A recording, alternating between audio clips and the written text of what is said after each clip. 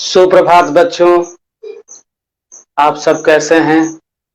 आप सुरक्षित होंगे, स्वस्थ होंगे, आप घर पर होंगे। मैं चंद्रशेखर प्रसाद साहू आप सभी का स्वागत करता हूं। और बच्चों, अब हम लोग आज की पढ़ाई शुरू करते हैं। आज की जो कक्षा है बच्चों, वह छठी कक्षा की हिंदी पाठ्य पुस्तक का एक पाठ है, वह हम लोग पढ़ेंगे। यह पाठ बच्चों कैचअप कोर्स के अंतर्गत अभी 7वीं कक्षा में जो विद्यार्थी हैं उनके लिए भी निर्धारित किया गया है। तो बच्चों, यह बताइए कि हमारा भारत कब आजाद हुआ, कब स्वतंत्र हुआ, यहाँ से अंग्रेज कब गए और भारत स्वतंत्र हुआ? तो 15 अगस्त 1947 ईस्वी को हमारा देश आजाद हुआ। बच्चों, इस स्वतंत्रता संग्राम में, भारत की आजादी की लड़ाई में कई महापुरुष, कई देशभक्त, कई वीर, कई साहसी लोगों ने अंग्रेजों के विरुद्ध लड़ा, स्वतंत्रता की लड़ाई में सीधे सीधे भाग लिया और अंग्रेजों को विवश किया कि वह भारत छोड़कर जाएं और भारत के शासन को भारतीयों के हवाले कर दें। बच्चों, आप बता सकते हैं कि भारतीय स्वतंत्रता संग्राम में किन किन नेताओं का, किन किन देशभक्तों का नाम आता है? कई नाम हैं बच्चों, हजारों सैकड़ों नाम हैं, लेकिन उसमें कुछ नाम हम जानते हैं। तो बताइए उनमें किनका नाम है जिनका योगदान भारत की स्वतंत्रता प्राप्ति में रहा है? बताइए नाम। तो आप महात्मा गांधी का नाम कह सकते हैं, जवाहरलाल नेहरू का नाम कह सकते हैं, डॉक्टर राजेंद्र प्रसाद का नाम कहेंगे, भगत सिंह, सुभाष चंद्र बोस। इनमें से एक नाम जो है बच्चों बड़ा ही आदरणीय है, बड़ा ही सम्मानित नाम है। वह जानते हैं वह नाम कौन है, वह व्यक्ति कौन है? तो मैं चित्र आपको दिखाकर कुछ याद कराना चाहूंगा। ये भी देखिए बच्चों, आपको स्मरण है यह किनका चित्र है, यह किनकी तस्वीर है? तो यह तस्वीर है बच्चों बाबा साहब भीमराव अंबेडकर की। नाम जानते हैं ना आप इनका? बिल्कुल नाम जानते हैं। 14 अप्रैल को विद्यालय में अंबेडकर जयंती मनाई जाती है ना? तो 14 अप्रैल को अंबेडकर जयंती, इन्हीं का जन्मदिन है। वह अंबेडकर जयंती जो है बाबा साहब भीमराव अंबेडकर की ही जन्म तिथि है, जन्मदिन है। अब बताइए बच्चों, ये कितने महान हैं, कितने आदरणीय हैं, यह सम्मानित हैं, महापुरुष हैं, जिनकी जयंती विद्यालयों में मनाई जाती। तो सचमुच यह प्रेरक हैं, सचमुच यह आदरणीय हैं, सचमुच इन्होंने देश के हित में काम किया। तो बच्चों, इन्होंने देश की सेवा आजीवन की, समाज की सेवा आजीवन की, देश को इन्होंने संविधान दिया। बच्चों, क्या दिया? संविधान। हमारा जो संविधान है उसके निर्माण में, उसके लेखन में सबसे अधिक अगर किन्हीं की भूमिका रही है तो बाबा साहब भीमराव अंबेडकर की ही रही है। इन्हें लोग बाबा साहब कहते थे। इनके व्यक्तित्व से, इनकी प्रतिभा से, इनके ज्ञान से लोग इतने प्रभावित थे कि लोग इन्हें बाबा साहब कहते थे, सम्मान से कहते थे, प्यार से कहते थे।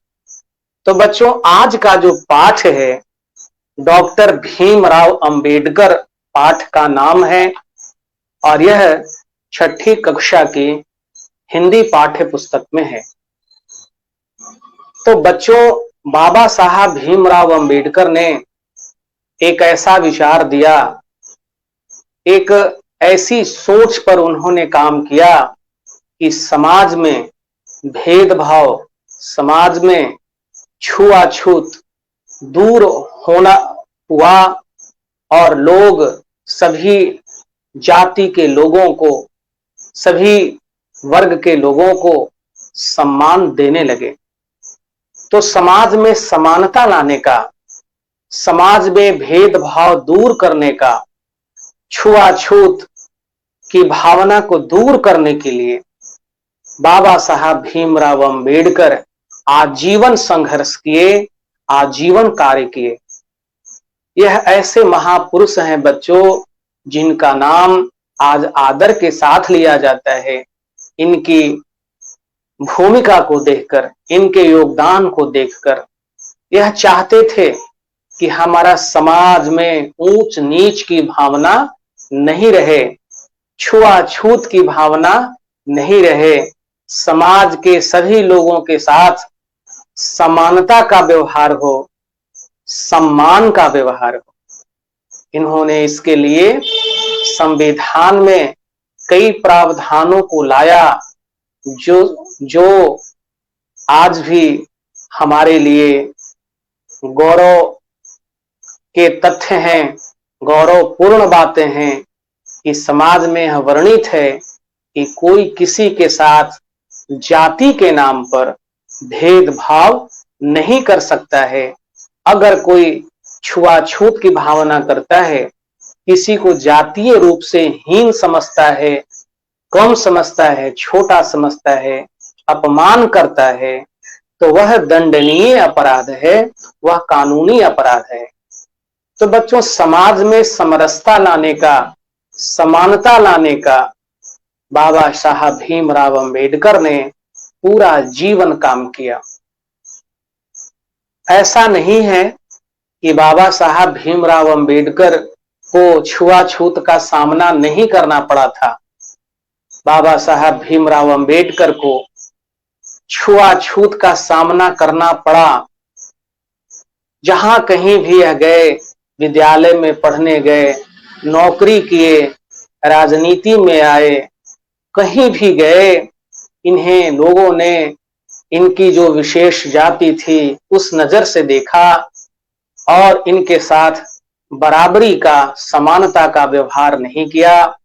बाबा साहब इससे बहुत क्षुब्ध हुए, बहुत दुखी हुए और उन्होंने संकल्प लिया कि हम संघर्ष करें, हम एकजुट हों और भारत में, देश में जो छुआछूत की गहरी समस्या है, सामाजिक भेदभाव जो एक चरम रूप में है, बड़े रूप में है, इसे दूर किया जाए, इस व्यवस्था में बदलाव लाया जाए।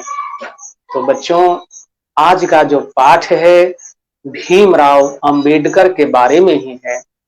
तो एक प्रसंग है बच्चों, और उस प्रसंग से ही इस पाठ को प्रारंभ किया गया है।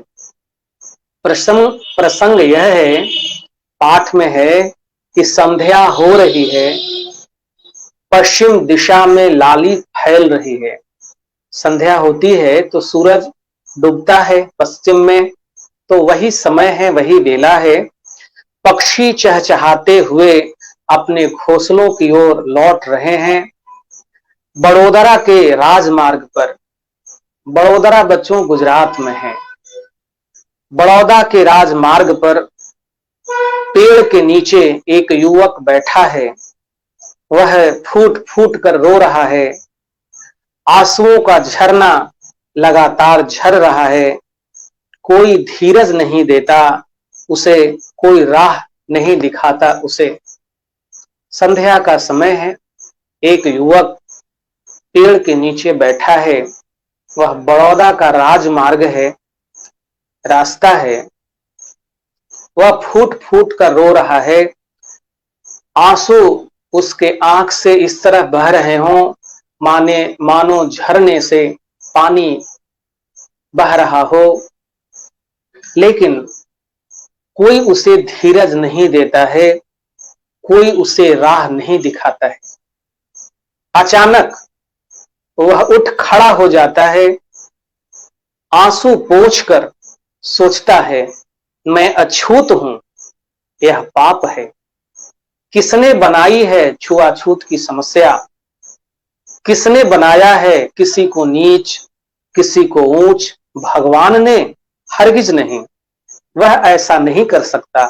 वह सबको समान रूप से जन्म देता है। यह बुराई मनुष्य ने पैदा की है, मैं इसे मिटा कर रहूंगा। कुछ निश्चय करता है और वह युवक मुंबई लौट आता है। फिर वह जो कुछ करता है उसके कारण आज सारा देश उन्हें बाबा साहब के नाम से स्मरण करता है। वह युवक कौन था बच्चों? जिसने निश्चय किया, जिसने संकल्प लिया कि समाज में जो छुआछूत है मैं इसे मिटा कर दम लूंगा। क्योंकि छुआछूत भगवान ने नहीं बनाया है। मनुष्य, सभी प्रकार के जो भी मनुष्य हैं वह एक ही प्रकार से जन्म लेते हैं, एक ही प्रकार की शारीरिक बनावट होती है। तो फिर कोई ऊंच है, कोई नीच है, कोई छूत है, कोई अछूत है, यह समस्या भगवान ने नहीं बनाई है, यह समस्या ईश्वर ने बनाया है। और जब ईश्वर ने नहीं बनाया है, मनुष्य ने बनाया है। जब मनुष्य ने बनाया है और मैं भी मनुष्य हूं, तो मैं इस समस्या को, इस बुराई को मिटाकर ही दम लूंगा। तो यह संकल्प लिया था बाबा साहब ने, भीमराव अंबेडकर ने। इन्होंने महान कार्य किया कि समाज में जो छुआछूत की भावना थी उसे दूर करने का प्रयास किया। अब आइए इनके जन्म के बारे में जानते हैं। इनका आरंभिक जीवन कैसा रहा इसके बारे में हम लोग जानते हैं। तो मध्य प्रदेश में एक नगर है महू, वहां पर रामजी सकपाल नाम के एक सूबेदार मेजर थे। वह महार जाति के थे। 14 अप्रैल सन 1891 को उनके घर 14वीं संतान ने जन्म लिया। यह बाबा साहब भीमराव अंबेडकर थे। इनके पिता का नाम क्या था? रामजी सकपाल। और इनका जन्म कहां हुआ? मध्य प्रदेश के महू में। और कब हुआ? 14 अप्रैल 1891 ईस्वी। कैवी संतान थे? 14वीं संतान थे। उनकी अल्प आयु में ही माता भीमाबाई का देहांत हो गया। इनकी मां जब यह छोटे उम्र के थे तभी उनका निधन हो गया। फिर चाची मीराबाई ने उसका पालन पोषण किया। वे बालक को प्यार से भीवा कहकर बुलाती थी और बाद में यही बालक भीमराव रामजी अंबेडकर कहलाए। यह बालक कौन था बच्चों?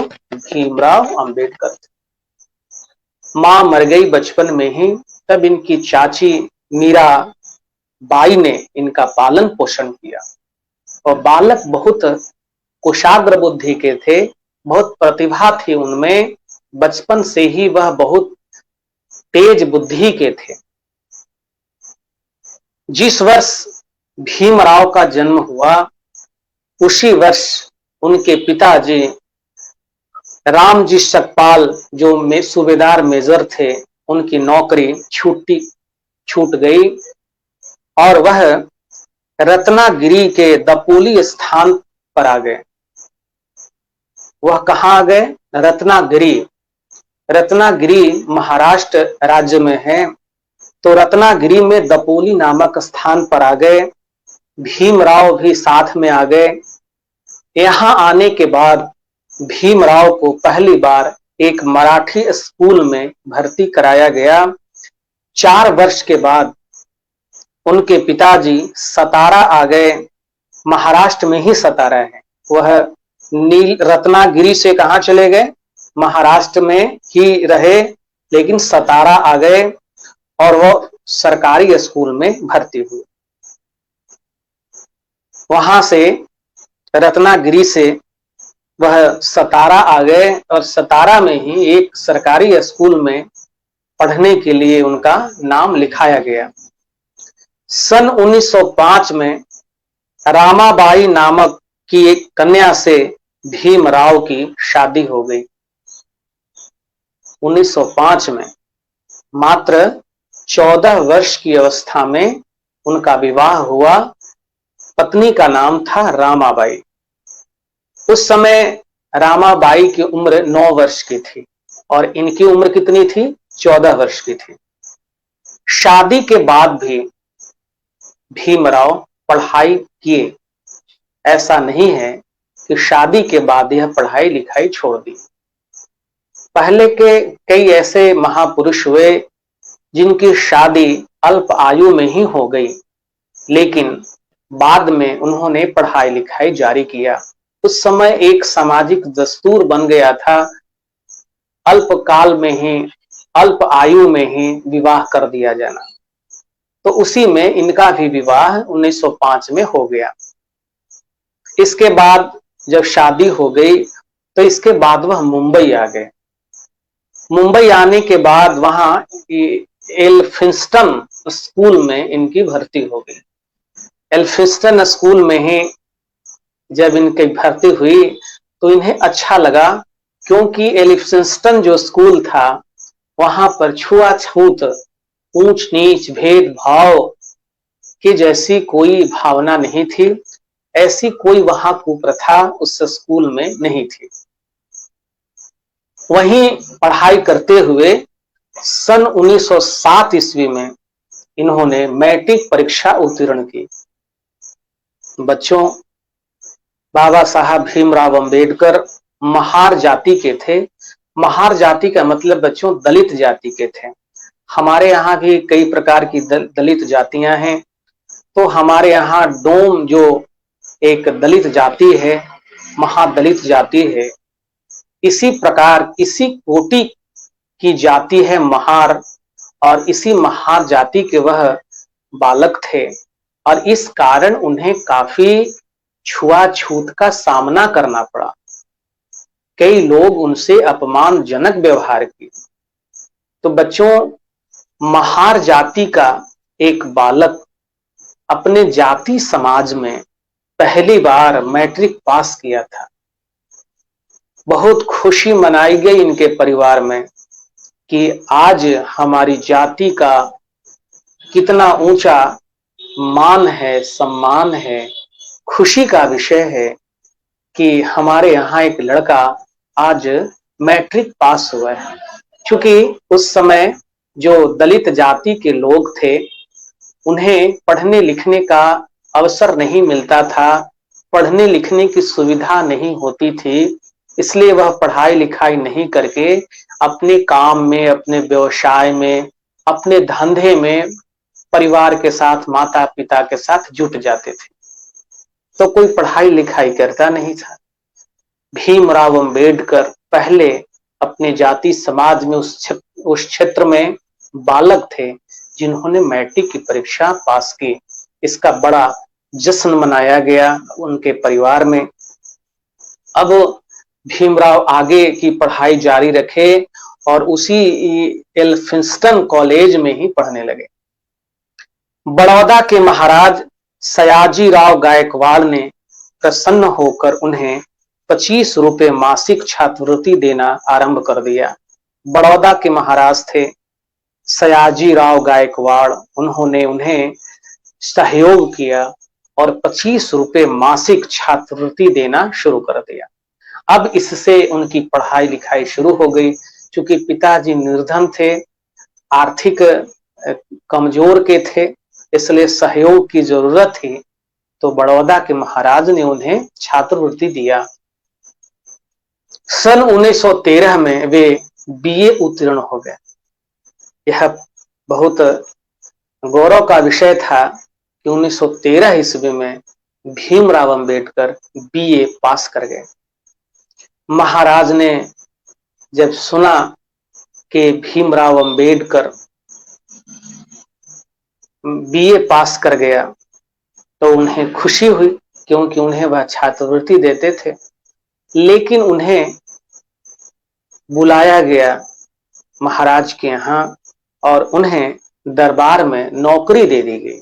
बीए पास हो गए तो नौकरी महाराज ने अपने दरबार में दे दी। दुर्भाग्य से इसी साल 1907 में ही उनके पिताजी का स्वर्गवास हो गया। उनके पिताजी रामजी शकपाल गुजर गए। महाराज के दरबार में भीमराव को कट्टरपंथियों की घृणा का पात्र बनना पड़ा। जो कट्टरपंथी थे, जो ऊंच नीच की भावना रखते थे, छूत अछूत की भावना रखते थे, वह समझते थे कि यह अछूत जाति की है, इसे छूना नहीं चाहिए, यह नीच जाति की है। यह जब व्यवहार भीमराव अंबेडकर देखे तो उन्हें बहुत दुख हुआ, बहुत पीड़ा हुई और वह ऐसा होता था कि चपरासी भी उन्हें फाइल जो होता था अलग से फेंक कर देते थे। कोई उन्हें छुए नहीं, यह सब लोग पूरा प्रयास करते थे। पानी तक उन्हें नहीं मिलता था पीने के लिए कि पानी का गिलास, पानी का घड़ा जो है छू जाएगा, वो अछूत जाति का है, अपवित्र हो जाएगा। इतनी प्रचंड भावना थी उस समय छुआछूत की। भीमराव अंबेडकर जब देखे तो इनके आत्मसम्मान को ठेस लगी। कहे कि नहीं, यह बिल्कुल गलत है, और यह फिर क्या किए कि नौकरी छोड़ दिए। जब नौकरी छोड़ दिए तो फिर इन्होंने महाराज से छात्रवृत्ति पाई और ये पढ़ने के लिए अमेरिका चले गए, कोलंबिया में। और कोलंबिया में गए और वहां गए तो वह महार जाति के पूरे भारत में पहले विद्यार्थी जो थे जो विदेश गए पढ़ाई करने। ये गौरव की बात थी। भीमराव अंबेडकर बहुत कुशाग्र बुद्धि के थे, पढ़ने लिखने में बहुत तेज थे, बहुत विद्वान थे, और वहां जाकर उच्च शिक्षा प्राप्त करना किसी भी भारतीय के लिए गौरव की बात थी। और यह महार जाति के थे, तो महार जाति के लिए तो और गौरव की बात थी। लेकिन बच्चों, बाबा साहब भीमराव अंबेडकर केवल महार जाति, केवल दलित जाति के लिए ही महापुरुष नहीं हैं, उनके लिए आदरणीय नहीं हैं, बल्कि सारे देश के लिए, सारे देश के सभी व्यक्तियों के लिए, सभी जाति धर्म के लोगों के लिए वह आदरणीय हैं। उन्होंने जो कार्य किया बच्चों, बड़ा अभूतपूर्व कार्य किया। सामाजिक बदलाव लाने का उन्होंने जबरदस्त प्रयास किया और कामयाब हुए। तो यह भारत में सामाजिक व्यवस्था परिवर्तन करना कोई आसान काम नहीं था, लेकिन इन्होंने कानूनी प्रावधान लाकर, संविधान में कानून बनाकर सामाजिक व्यवस्था में परिवर्तन लाने का बहुत ही सराहनीय और महान कार्य किया। क्योंकि बच्चों, समाज तभी सुंदर बनेगा, तभी खूबसूरत रहेगा, जब उसमें सभी जाति धर्म के लोग मेल मोहब्बत से रहें, समानता से रहें, समभाव से रहें, एक दूसरे के प्रति प्रेम हो, स्नेह हो, सम्मान हो, घृणा नहीं हो, नफरत नहीं हो, छुआछूत की भावना नहीं हो। तो यह संदेश पूरा जीवन अब बाबा साहब भीमराव अंबेडकर ने किया। तो वहां कोलंबिया विश्वविद्यालय में जब पढ़ने गए तो वहां गए तो अनेक प्रकार का उनको अनुभव हुआ।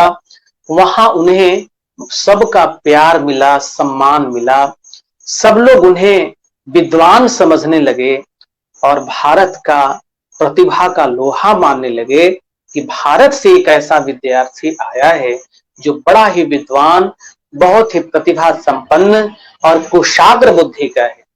वहां उन्हें सम्मान मिला, लोगों का प्यार मिला, और वहां उन्होंने डॉक्टरेट की उपाधि प्राप्त की। डॉक्टरेट, पीएचडी की उपाधि उन्होंने प्राप्त की और सन 1916 में वे कोलंबिया से लंदन पहुंचे। 1916 में वो लंदन आ गए। लंदन ब्रिटेन की राजधानी, इंग्लैंड की राजधानी लंदन आ गए। यहां वह 1 वर्ष रहे और फिर 1 वर्ष के बाद वह मुंबई आ गए। जब भारत आए, मुंबई आए, तो महाराज गायकवाड़ ने उनको अपने सेना में सचिव के पद पर काम दिया, किंतु वहां भी उन्हें घृणा का शिकार होना पड़ा।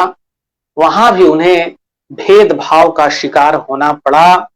लोग जो अधीनस्थ थे उनसे घृणा करते थे, उनको छूते तक नहीं थे, उनसे छुआछूत का व्यवहार करते थे।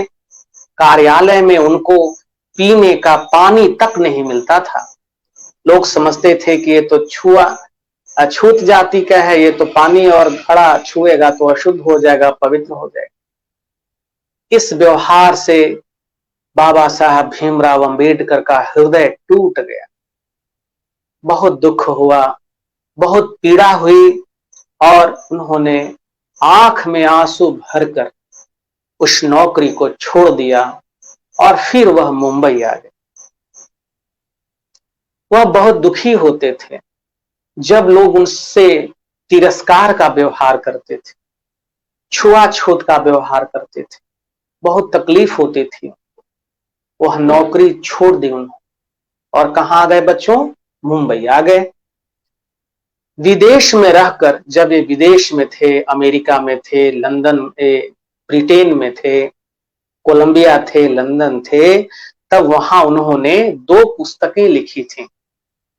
जब उस पुस्तक का प्रचार प्रसार हुआ, लोग पढ़े, लोग समझे, तब इनकी विद्वता सामने आने लगी और लोग इनकी विद्वता का सम्मान करने लगे।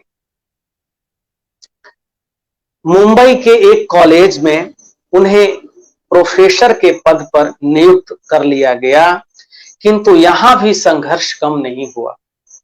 किसी प्रकार भीमराव अंबेडकर उस कॉलेज में 2 वर्ष पूरा किए और अंत में वहां भी उन्हें त्याग पत्र देना पड़ा, क्योंकि वहां भी उनके साथ असमानता का, भेदभाव का व्यवहार किया जाने लगा। सन 1920 में उन्होंने छुआछूत की बुराई से लड़ने के लिए एक साप्ताहिक अखबार शुरू किया जिसका नाम था मूक नायक। मूक नायक अखबार निकाले यह, और वह अखबार साप्ताहिक था, मतलब कि 7 दिन पर छपता था। भीमराव के पास पैसों का अभाव था, साधन नहीं थे, तब वह अखबार निकालना भी बंद हो गया। अखबार निकालने का कार्य भी उन्होंने बंद कर दिया। इसके बाद वह पढ़ने के लिए लंदन चले गए। फिर वह कहां गए? लंदन चले गए और वहां वह 3 वर्ष रहकर उन्होंने अर्थशास्त्र में डीएससी की उपाधि प्राप्त की। अर्थशास्त्र में इन्होंने डॉक्टरेट ऑफ साइंस, अर्थशास्त्र की पढ़ाई पूरी कर यह डिग्री प्राप्त की। यहां भी वह डॉक्टरेट की डिग्री अर्थशास्त्र विषय में प्राप्त की। इसके बाद वह फिर सन 1923 में मुंबई लौट आए और उन्होंने वकालत आरंभ की। 1 वर्ष बाद कुछ मित्रों की सहायता से उन्होंने बहिष्कृत हितकारिणी सभा की स्थापना की। एक समिति बनाई और जिसका नाम उन्होंने रखा बहिष्कृत हितकारिणी सभा।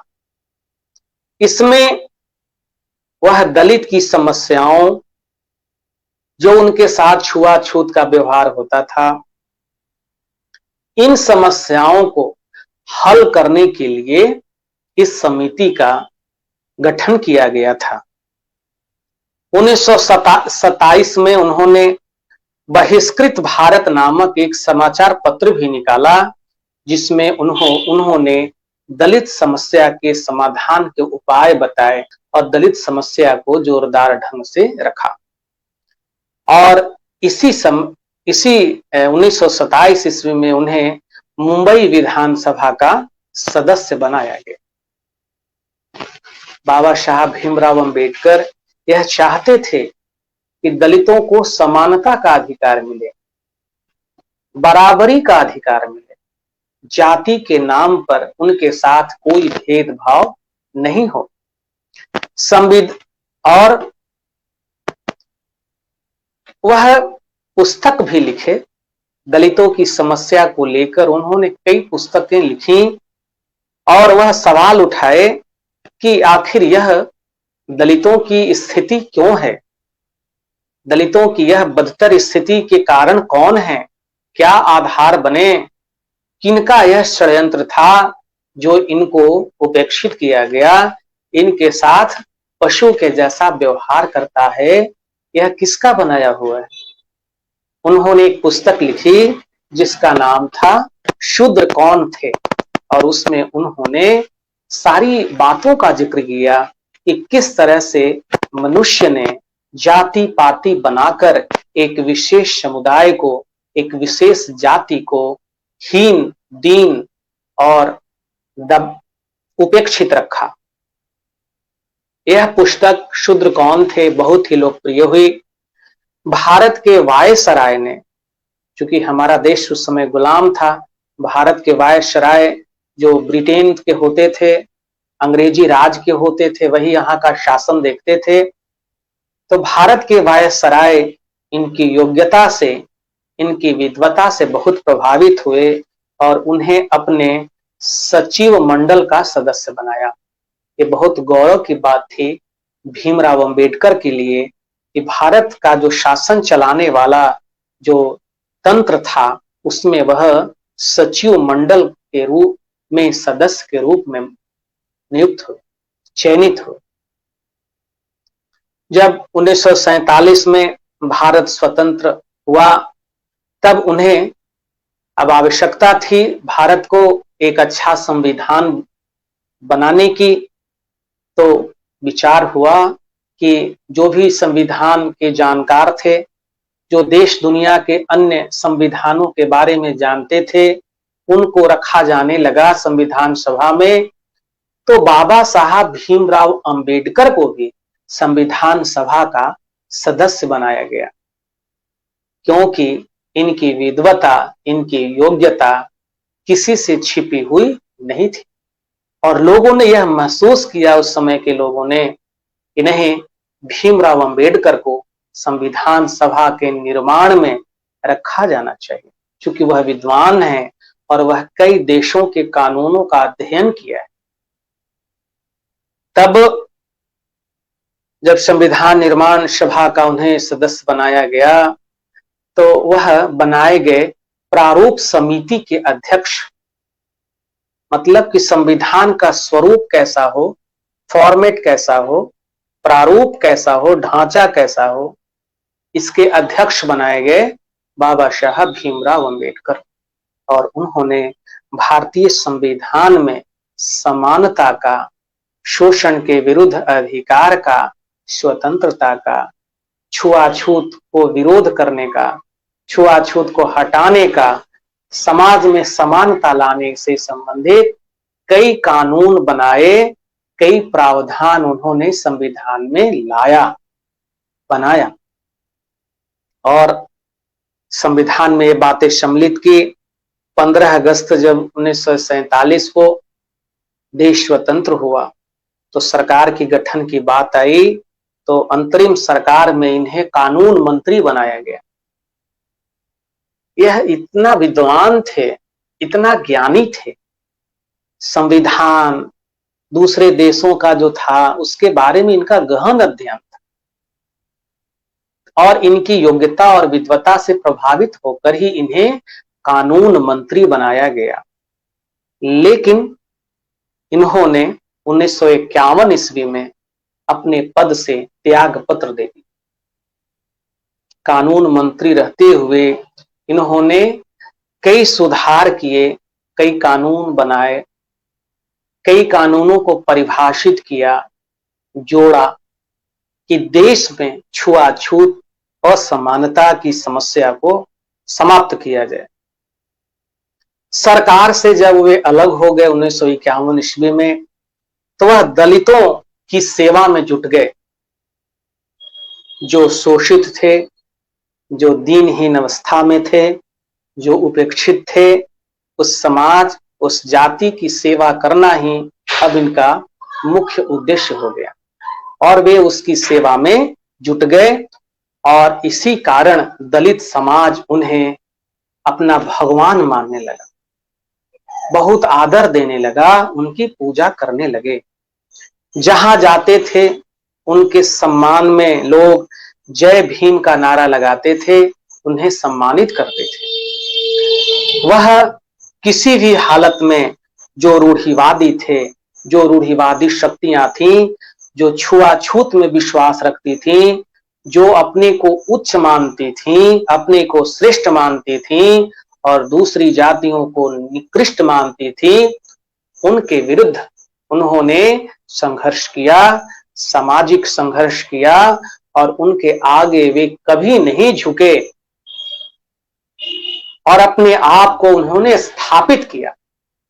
मजबूती के साथ दलित समाज को उन्होंने स्थापित किया, उनके अंदर स्वाभिमान को जगाया, उनकी चेतना को जगाया, उनकी सोच को आगे बढ़ाया, उनको जागृत किया।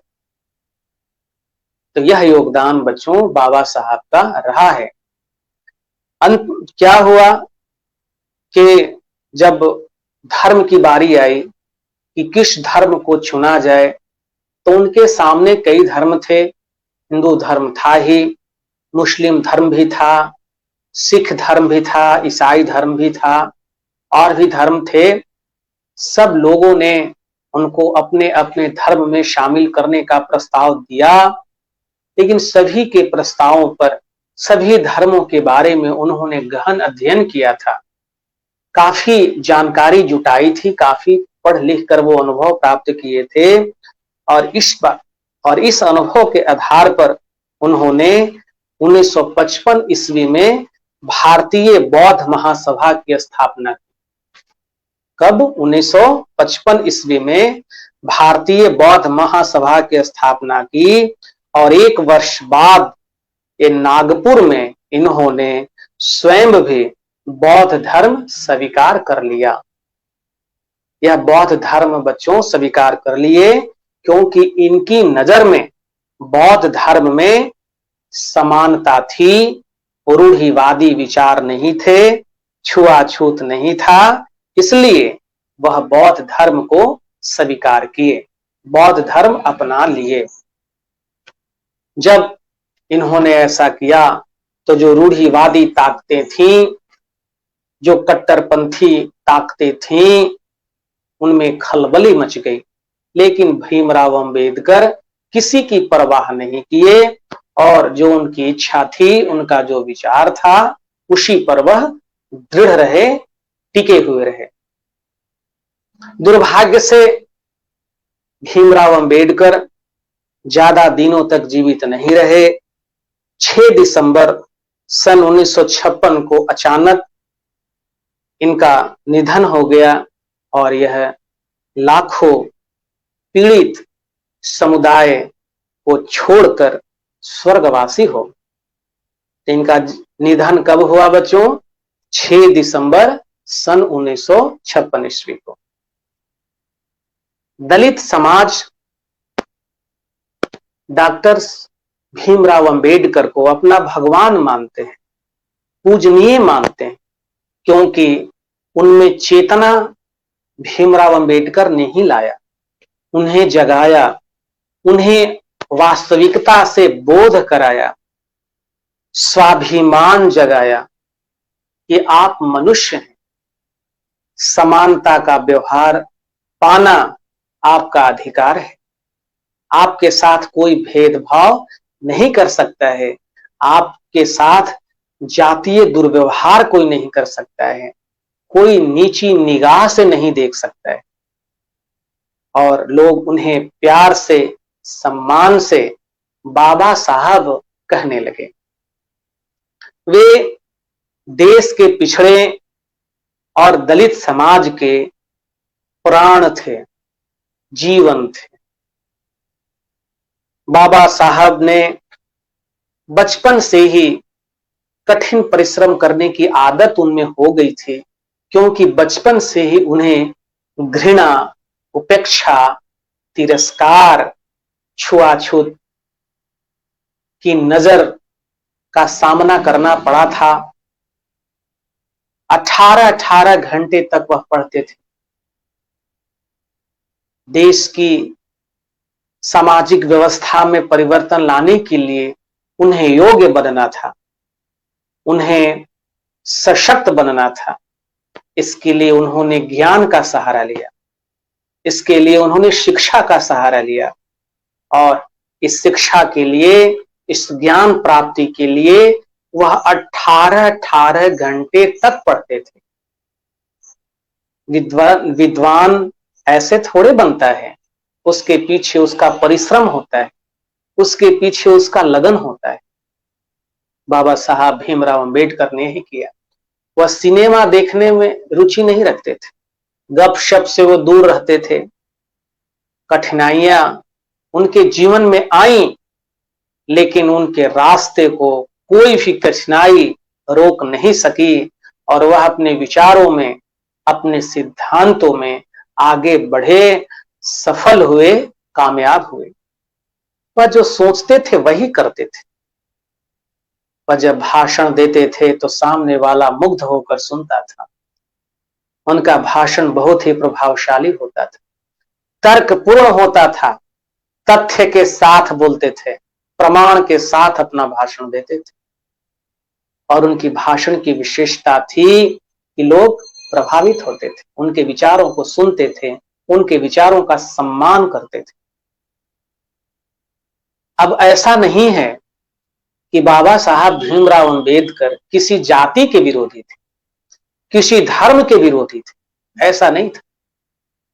वो कहते थे कि धर्म मनुष्य के लिए बहुत आवश्यक है, क्योंकि धर्म से मनुष्य संस्कार प्राप्त करता है, धर्म से मनुष्य आचरण में बदलाव लाता है, आचरण सुधारता है, धर्म से मनुष्य अनुशासित होता है, नीति प्राप्त करता है, ज्ञान प्राप्त करता है। तो उन्होंने किसी धर्म का विरोध नहीं किया, लेकिन धर्म में जो बुराइयां थी, धर्म में जो गंदगी थी, छुआछूत की गंदगी, ऊंच नीच की गंदगी, भेदभाव की गंदगी, घृणा की गंदगी, इसका उन्होंने विरोध किया। उन्होंने किसी धर्म या किसी जाति का विरोध नहीं किया, बल्कि घृणा का विरोध किया। वह छुआछूत का विरोध किया, वह असमानता का विरोध किया, वह भेदभाव के खिलाफ थे। किसी व्यक्ति, किसी जाति, किसी धर्म के खिलाफ वह नहीं रहे, बल्कि जो बुराइयां थीं, जो समाज को कमजोर कर रही थीं, समाज को कमजोर कर दी थीं, उन बुराइयों का इन्होंने विरोध किया। और उन्हें बौद्ध धर्म इसलिए पसंद आया क्योंकि उसमें समानता थी। छुआछूत, ऊंच नीच, तिरस्कार, उपेक्षा, घृणा ऐसी बात नहीं थी, इसलिए वह बौद्ध धर्म स्वीकार किया। वे कहा करते थे कि वेद, शास्त्र, स्मृति, पुराण आदि को लोग समझे नहीं। वेद, धर्म, शास्त्र, स्मृति के प्रति उनकी कोई दुर्भावना नहीं थी। वह उन्हें अपवित्र नहीं मानते थे, बल्कि वह उन लोगों के खिलाफ थे जो अपने स्वार्थ के लिए, अपने अहंकार के लिए उन वेदों का, उन स्मृतियों का, उन ग्रंथों का इस्तेमाल किया। अंबेडकर साहब उस ताकतों के खिलाफ थे जो धर्म को अपने तरह से गढ़ा, अपने धर्म से, अपने अहंकार के लिए, अपने स्वार्थ के लिए उसमें बुराइयों को घुसेड़ा, बुराइयां पैदा की, छुआछूत, ऊंच नीच, उपेक्षा, घृणा, जिन ताकतों ने लाया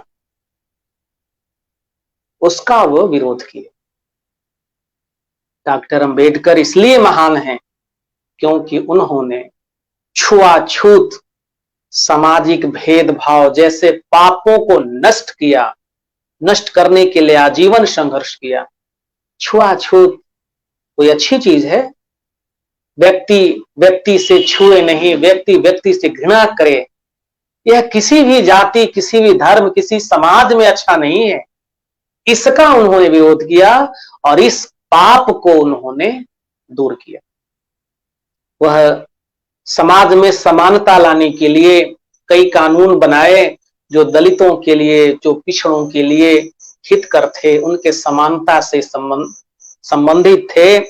आज दलित में कितना विकास हुआ है, आज दलित समुदाय में, दलित समाज में कितना विकास हुआ कि वह कहीं भी किसी मंदिर में प्रवेश कर सकते हैं, किसी विद्यालय में दूसरे बच्चों के साथ पढ़ लिख सकते हैं, खेल सकते हैं, गाड़ी में आ जा सकते हैं, तीर्थ यात्रा कर सकते हैं। यह किसका योगदान? यह बाबा साहब के द्वारा जो बनाए गए कानून हैं, संविधान में जोड़ी गई बातें हैं, उनका है। इसलिए लोग उन्हें आदर करते हैं, लोग उन्हें सम्मान देते हैं। हजारों वर्षों से जो घृणा, जो भेदभाव, जो छुआछूत चली आ रही थी, उसे दूर करना कोई साधारण काम नहीं था। जैसे बाबा साहब भी ऐसे शक्तिशाली पुरुष थे, ऐसे दृढ़ निश्चयी थे, ऐसे सशक्त विचारों वाले थे, इन्होंने हजारों वर्षों से चली आ रही मान्यता, परंपरा, रूढ़िवादी विचारों को समाप्त किया। तो लोग इन्हें बाबा साहब के नाम से आदर करते हैं और इन्हें सम्मान देते हैं। आगे आने वाली जो पीढ़ियां हैं उन्हें बाबा साहब भीमराव अंबेडकर पर गर्व होगा, उनके कार्यों को लेकर, उनके योगदान को लेकर। सामाजिक बदलाव में उन्होंने जो कार्य किया है उसे जान समझकर आने वाली पीढ़ियां गौरव की अनुभूति करेंगी, उन्हें गौरव होगा बाबा साहब के कार्यों पर, बाबा साहब के व्यक्तित्व पर। तो बच्चों, यह जो पाठ है बाबा साहब भीमराव अंबेडकर से जुड़ा हुआ था। आप उनके बारे में समझे, जाने, उनके प्रति आप सम्मान की भावना रखें, उनका आदर करें, उनके विचारों को सुने, उनके विचारों का सम्मान करें। तो बच्चों, यह पाठ समाप्त होता है।